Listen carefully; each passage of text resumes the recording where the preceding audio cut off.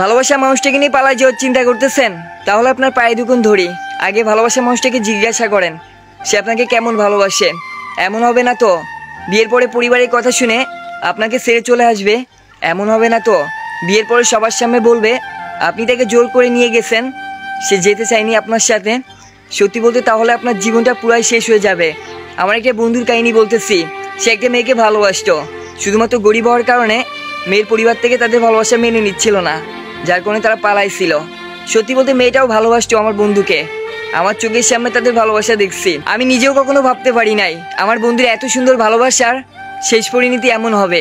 তারা পালায় যেয়ে বিয়ে করার 7 দিন পরে মেয়েটা তার পরিবারের সাথে যোগাযোগ করে, আর পরিবারের মানুষ তখনও তাদের ভালোবাসা মেনে নেয় না। তখন তার পরিবারের মানুষ মেয়েটাকে কি বোঝায়, আর বোঝানোর কারণে মেয়েটা তার পরিবারকে বলে আচ্ছা ঠিক আছে তোমরা আমাকে নিয়ে যাও, আমি এখানে আর থাকতে চাই না।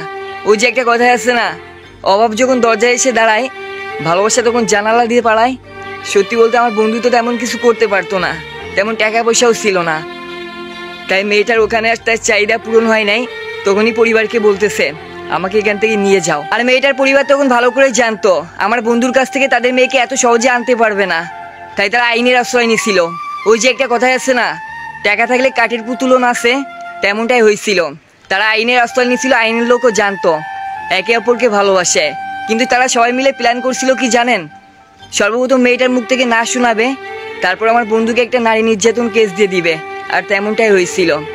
আজকে আমার বন্ধু এখনো জেলে আছে, এখনো মেয়েটার জন্য চটপট করে কাঁদতেছে।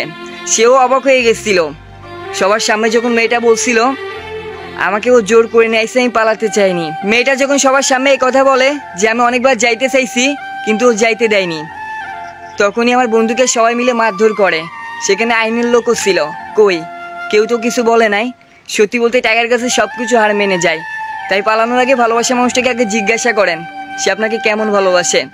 পরে পাল্টি দিয়ে দেবে না তো, দিলে কিন্তু আপনার ভবিষ্যৎ অন্ধকার।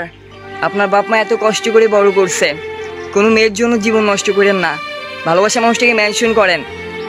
কোনো পরিস্থিতি যদি পালায় যেতে হয় তাহলে কি সে এমনটা করবে, নাকি আপনার হাত শক্ত করে ধরে রাখবে? যেমন পরিস্থিতি আসুক না কেন বাপ মার সামনেও বলতে পারবে আপনাকে ভালোবাসে। মেনশন করেন প্রিয় মানুষটাকে, দেখি কি বলে সে।